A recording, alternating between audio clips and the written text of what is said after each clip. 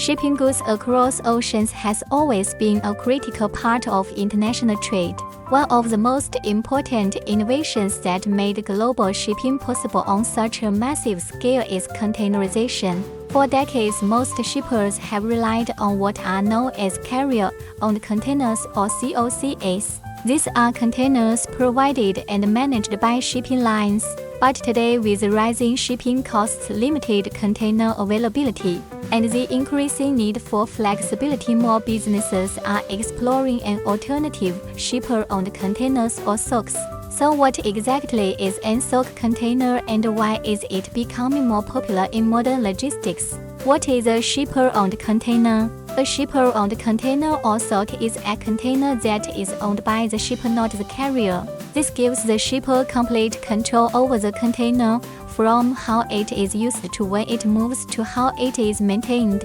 Traditionally, most global shipping was done using COCs, where the ocean carrier provided the container as part of the freight service. But now, as supply chains become more complex and global trade becomes more unpredictable, more shippers are choosing to bring their own containers into the mix. SOCs are especially helpful when shippers face long equipment shortages, last-mile delivery complications, or extended container storage needs at the destination port. Advantages of SOC containers. One of the biggest advantages of SOC containers is cost savings. Since the container is owned by the shipper, they are not restricted by the carrier's return deadlines. This means they can avoid costly fees like demurrage and detention, charges that can add up quickly when containers aren't returned on time. Another benefit is planning flexibility.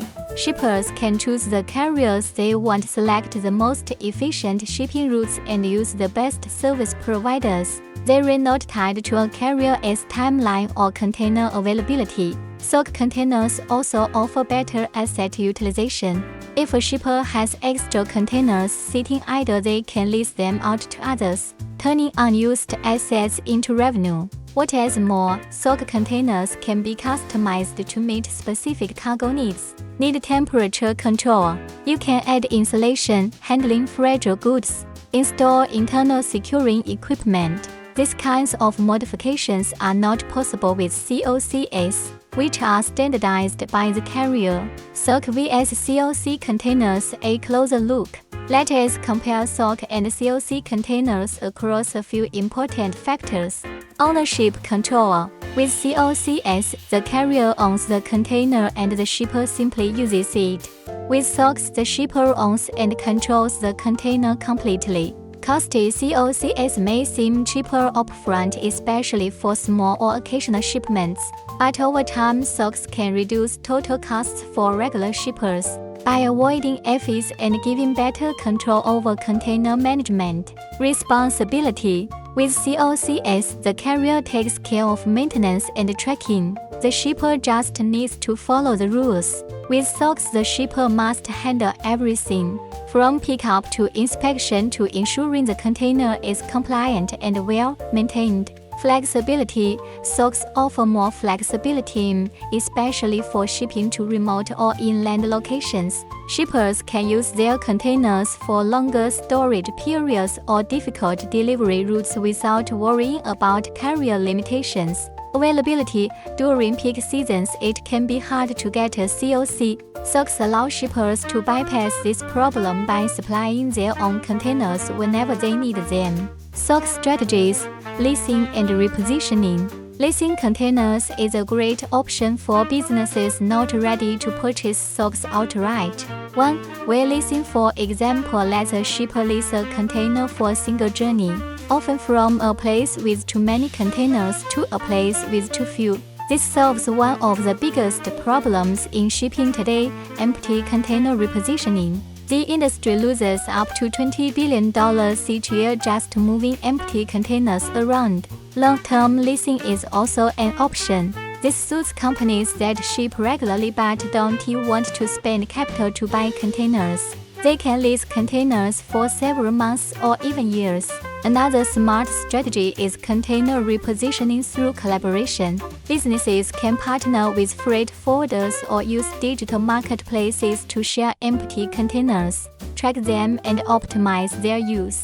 And don't forget technology.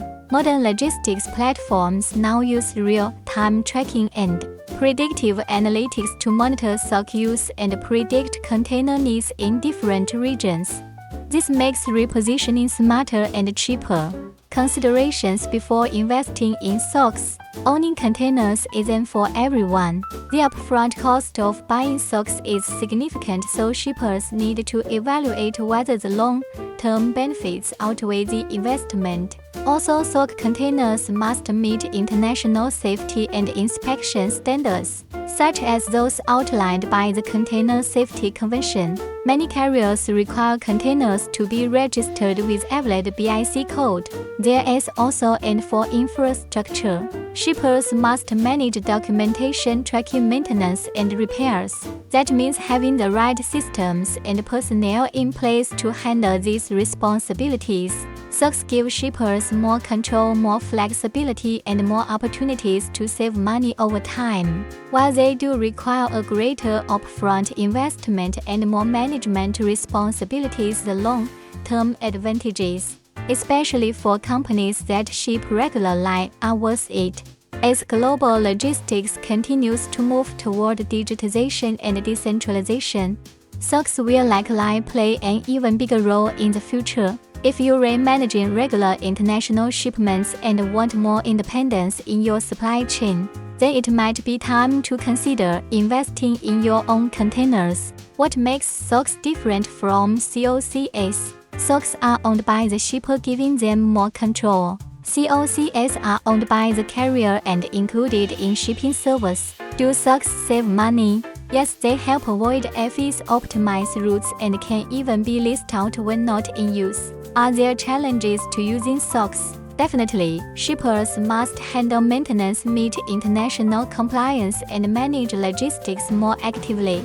If you found this video helpful, don't forget to give it a thumbs up, leave a comment below, and subscribe for more freight and logistics insights every week.